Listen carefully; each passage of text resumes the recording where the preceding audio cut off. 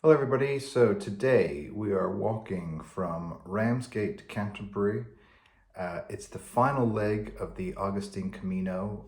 We're doing it in reverse though, so if you're doing it in the right order you'd be going Rochester all the way to Ramsgate, and then the final leg is Canterbury to Ramsgate, which if you're following the official, unofficial guide, whatever you want to call that, that person splits it into 2 days, Canterbury to Ramsgate. But I've done this walk before. You could definitely do it in a day. It's a good 20 miles, and that's what we're going to do today. All right, I am on my way. St. Augustine's Church there. Looks like there's some sort of classic car show on today here. It's a long bank holiday weekend. It poses a good question. If you could have any classic car, what would you take? I would have to take an old Porsche, probably from the 60s, 50s ones. Look amazing. One problem though is you don't have to drive too much.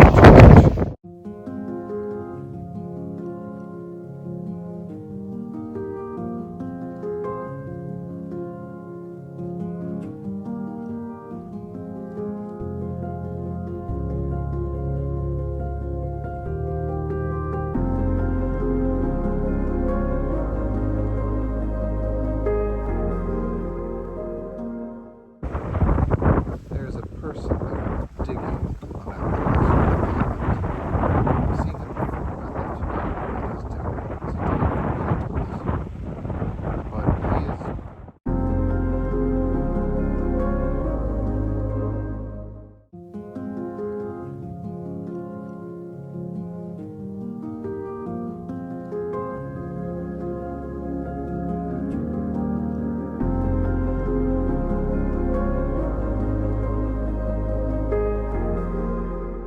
Walking towards Pegwell Bay. There's a little park here, and there's something quite cool to show you at this park.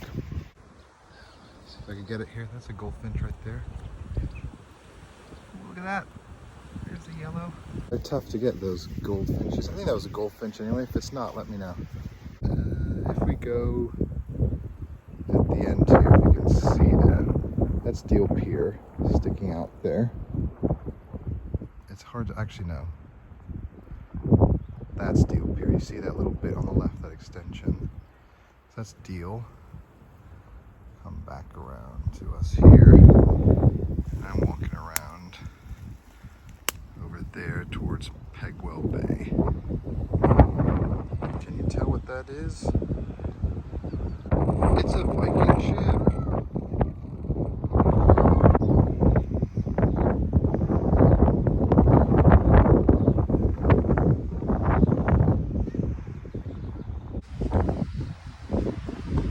Along here through Cliff's End on my way to Minster. Look what's behind me. An entire procession with a standard. Looks like a group of people are also on a pilgrimage, which would be incredibly annoying if there's about 20 people at least back there. It'd be incredibly annoying if they're behind me the whole way. In fact, if that is the case, I straight up may just abandon this walk right now and go home. It's interesting to think that this would have been the shores that a lot of foreign invaders would have landed on when they first stepped foot onto British soil thousands of years ago.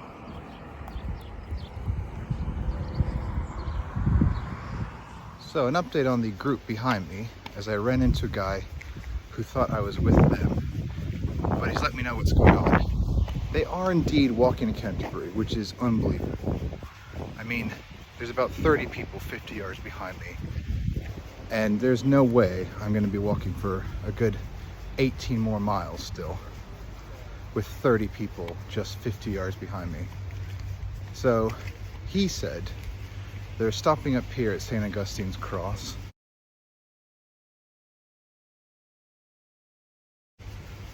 They're having lunch somewhere at the Dog and Duck. So my plan is to basically just stay ahead of them and not let them catch up to me. This is basically turning into a sort of chase video now. A cat and mouse, tense, gripping, nail-biting thriller. Ugh. Can I make a distance between me and these 30 other people? Let's hope so. Here's where the trail is about to get terrible. It's already completely overgrown. Let's start walking through here. To be honest, I wouldn't mind having that group in front of me right now. They would have taken the brunt of all of this. This trail, I've done it before, it's terrible. But it's about to get worse in another month or so. So it's June right now. So we're doing this before it gets completely impassable. We made it out of there. It was predictably terrible. Right, so I'm a little out of breath, but I've actually been jogging to try and widen the gap between myself and that big group of people. Just entering Minster now. This is all part of Minster Abbey here. So that's Minster Church there, and then this is the Abbey. So this, I think, was part of a much older abbey that was brought down in the Reformation. Benedictine monks. Some nuns there giving a service, and it appears to be locked. Yes. Things have changed here. I have been in there once. They've closed it to the public. There's Minster here. We're gonna walk towards the church and try and get a stamp.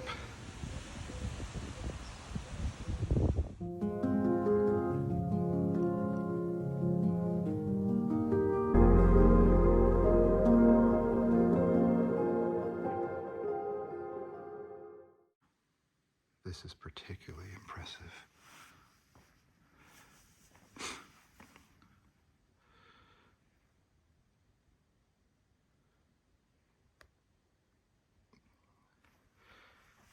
There's the different locks there. Oh, this is quite good.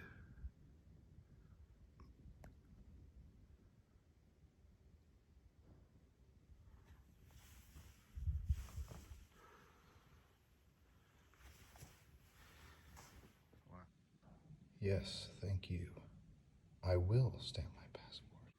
There's my stamp. Right, so we're leaving Minster there in the distance. And we're sort of coming out to kind of a no man's land now. This is marshland basically between Minster and Canterbury. We'll go through Pluck's Gutter, they call it, and Stodland Nature Reserve, which is big marshland that they've been able to save. It's probably the part of the walk I like the least, to be honest. Quite impressive, all those signets there, 8 of them in total. I ran into a woman, she said that she's seen 13 down here and it's some sort of local record. So there you go. If anybody's ever seen more than 13 signets, let me know.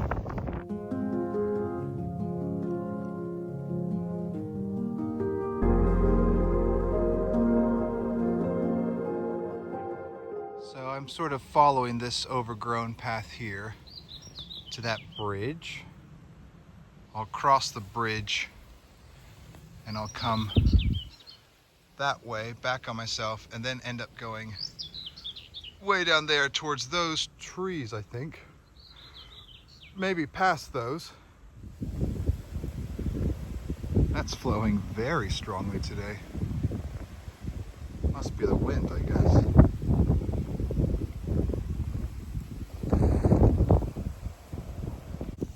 Also, let's have a look at that leg holding the bridge up. That's not good. So, hopefully I make it across. Well, I made it through there, but basically I had to go all along that overgrown grass and nettles there up top of that ridge.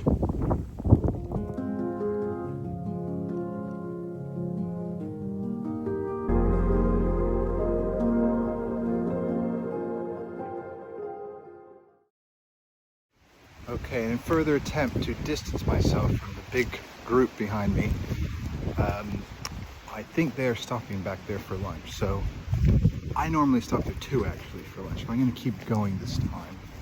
I'm going to go to All Saints Church, which is a good 15 minutes from here, and I'll eat there. And I think I'm pretty far ahead now. I mean, some bits back there, they're pretty bad. I'm actually pretty surprised how they're going to be able to handle that with such a big group. So, wind's blowing up a gale today. That branch just broke, and I nearly walked under it. This is highly dangerous. I gotta go.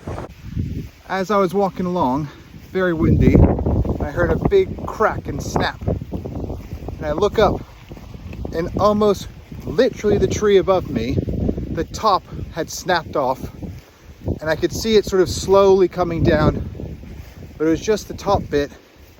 It was very slow, and it got caught and held up into the tree next to it. So nothing came down. It wasn't like it was the whole tree or anything that was coming down, but I was able to avoid it, obviously, and I just ran down the rest of the path. Some ducks.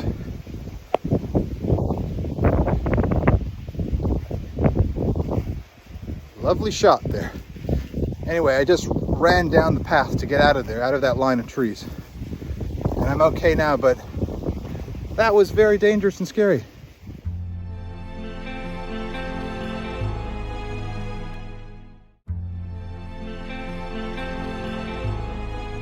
This is All Saints, Stourmouth. Very nice little church.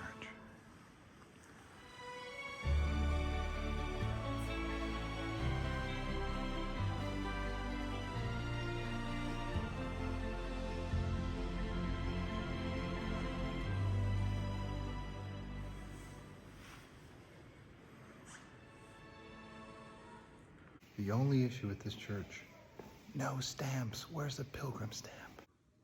Royal seal.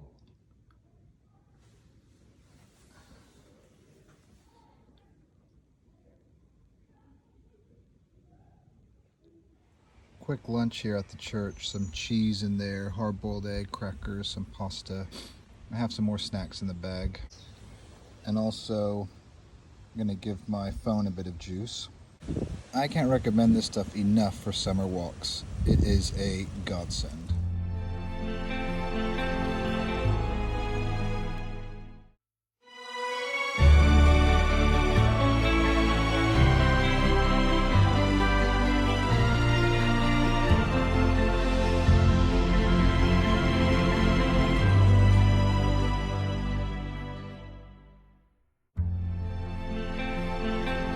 Alright, so I'm leaving Stourmouth and I'm walking towards Grove Ferry, which is...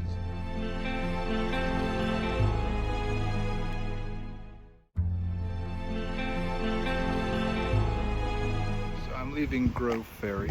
I'm heading towards Stod Marsh Nature Reserve.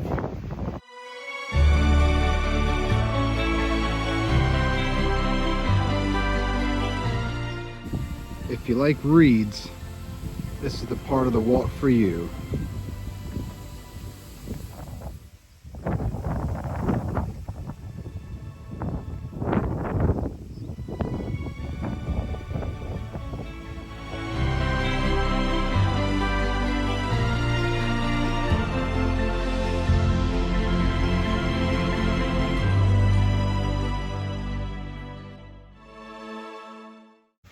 I'm almost out of here. Onwards to the town of Stod Marsh and my next step. This is Stod Marsh here, this church. Guess what? There's a wedding going on, so I can't go in there and get my stamp. So I need to commend the farmer here of this field.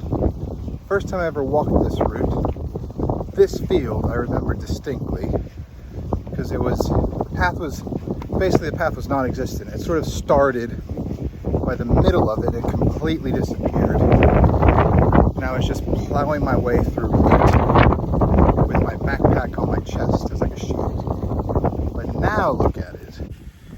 It's huge. Wide lanes. So we're about 7 miles from Canterbury now. And at the rate I'm going, I'm averaging just over 2.5 miles an hour, but we say 2.5 miles an hour, yeah, about another 2.5 hours, which will bring us to, it'll bring us to 6 o'clock, which is basically, yeah, how long it usually takes. A good 8-hour walk. 10 to 6, 8 hours. I recommend starting this walk at about 8 or 9 in the morning. It takes a good 8 hours, so you get to Canterbury a bit early. I'm getting there at 6 tonight. I mean, in the summer it's okay. You've got plenty of light. They're much longer days, but 6 o'clock may be late if you have to catch a train or wherever you're going home. So if you start at, at 8, I would have been to Canterbury for about 4 p.m. But anyway, it's fine. I have time today. We're about to head into Kelsey Farms, which is a massive fruit farm, soft fruit farm is what they specialize in. I'm not sure if you can tell, but I think those are raspberries actually. The other funny thing about this farm is that the first time I ever walked through here, I was shocked. I really felt like I was trespassing. I was doing something wrong, like this can't be right. But the path walks through here, and the public footpath does go through the farm. They have to allow for it. But that was something really weird for me coming from the States. This idea of public footpaths and rights of ways. When you have this huge sort of private farm and property, but you have to allow for these rights of ways through your property.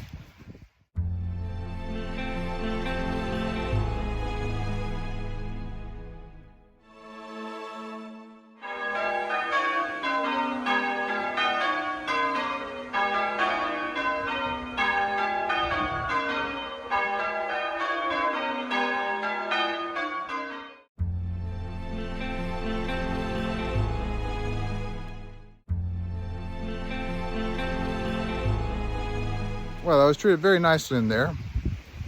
Just had a little cupcake. They're having some celebrations for the Jubilee. And so the green is pretty busy. And that pub's quite busy, so I may just keep walking this time. About 5-6 miles to Canterbury, so we're getting there. I wonder who was stationed here. It's a very sort of idyllic scene here.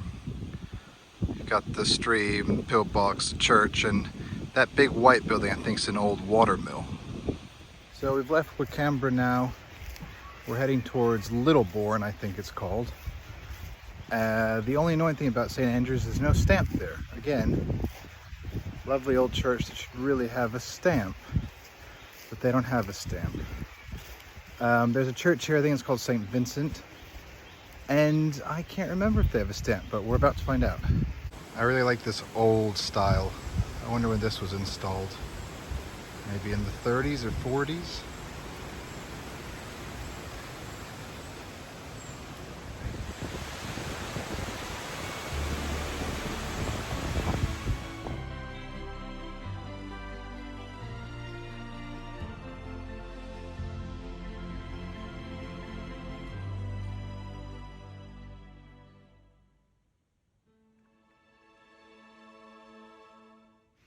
So we're leaving Littlebourne now, and we're on our way towards Fordwich, which would be the last church we can get a stamp today.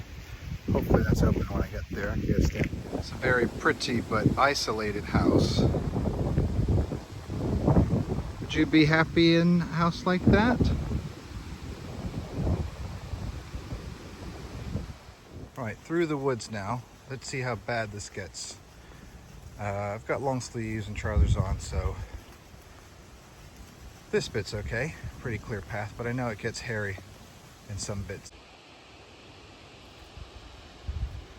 It's nice sort of clearing here, going into the woods. I don't know the names of these woods. I'll try and find something. I know I'm near the Lambton Stream. I don't know much about the Lambton Stream either, so I'll try and look that up. I guess this is the Lambton Stream. Except you can't actually go down there if you want. Trying a slightly different approach this time. It's a footpath I've never used, but it will connect me up to where I would be going anyway. And it looks like it's a bit of a shortcut. It sort of cuts through diagonally rather than me having to go kind of up like in a square shape. So let's see what this path is like. Some really nice wild hollyhocks out here. You can see how they sort of work this land here. These trees have all been chopped down. There's the forest back there. There's Fordwich, St. Mary's.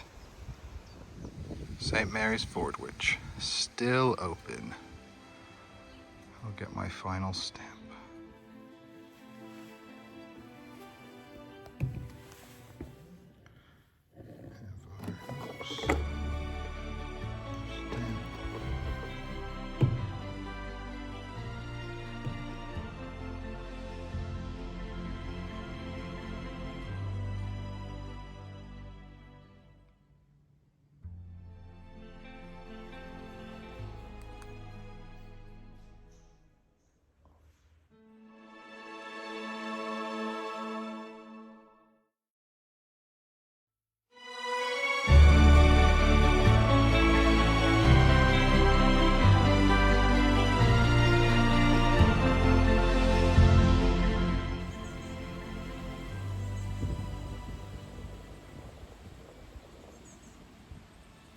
Once I get through these woods, we'll be in Canterbury and we'll be pretty close to the city center.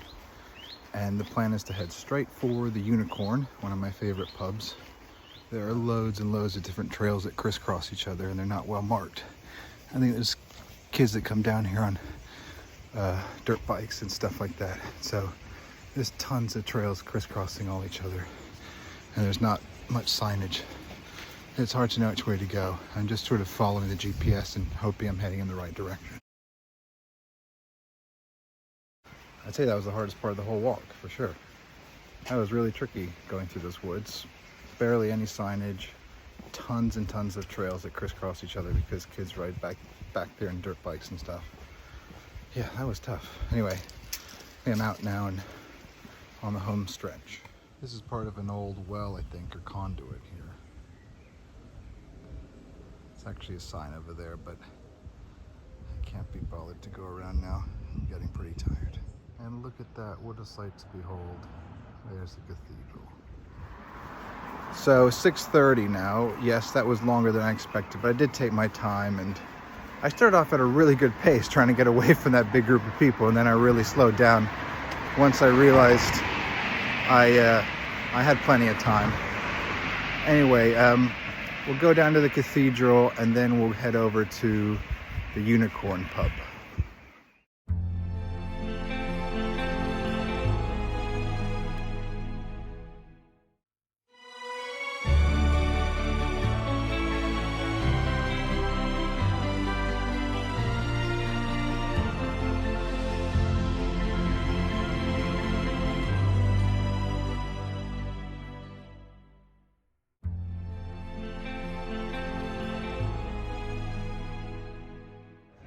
I made it.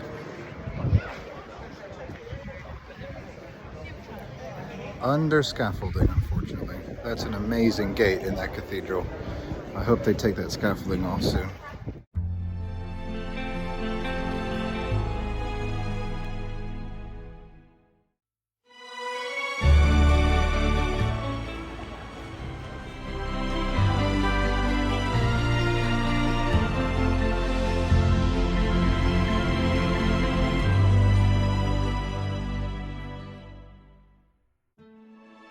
Shake, rattle and roll, and in tune. Shake, rattle and roll. The harder I work, the faster my money goes. Your turn. I said shake, rattle and roll. Right, so we did it. Ramsgate to Canterbury, 20 miles, 8 hours. Yeah, pretty good walk. I sort of forgot how long it feels at times. I'd say it's a walk you should do if you're a bit more experienced and have a bit of stamina built up there. I was definitely feeling it in my legs and in my feet the next day. But yeah, the other cool thing about the walk was I was able to get some of the remaining pilgrim stamps I needed for that, because it's part of the Augustine Camino route, which goes from Rochester to Ramsgate. And I did Rochester to Canterbury a couple months ago with my friend Marek of the Cool Dudes Walking Club, but we weren't able to complete this last leg. So I've just finished that now by myself, and I've been trying to collect stamps that we missed along the way from places that were closed or from places that we've learned in retrospect that actually have stamps that we didn't know about. So I'll just show you now what I mean. The plan now is to basically get the last few stamps. So Minster Abbey I'm going to get soon. We'll put it here. I've spoken to the nuns and they very kindly agreed to give me a stamp if I go visit them. And then there's still a few places, a few other churches and stuff that I wasn't able to get that are more towards sort of the Medway towns. Eventually I'll try and get them all. But for now, I think I'll try and get Minster, and then the final one will be St. Augustine's in Ramsgate. And with that, I can get my Camino completion certificate. So one other thing to mention was all those points that I'm posting in this video, those are all corresponding to this. This book is the Spotter's Handbook for Walkers via the Cool Dudes Walking Club. Mr. Marek Larwood is the founder of the Cool Dudes Walking Club. I highly recommend go check out Marek and his channel. Go join the Cool Dudes Walking Club. Marek does a great job. He posts really funny, entertaining videos, and he deserves your support. And he's made up this guide, basically. I'll show you now the inside of it, how it works. So we open up here. You see it's divided into different categories. We'll randomly open up to, here we go, signs and sounds. So if you're walking along and you see a blue plaque, that's worth 2 points. If you see a coat of arms, that's worth a point. If you see an ice cream van, that's worth a point. If you see, or if you hear church bells, that's worth 2 points. And you basically just sort of add everything up, tally it all up, and then you get yourself a score at the very end. And that is it. We will see you next time. Bye. Thanks for watching. Bye.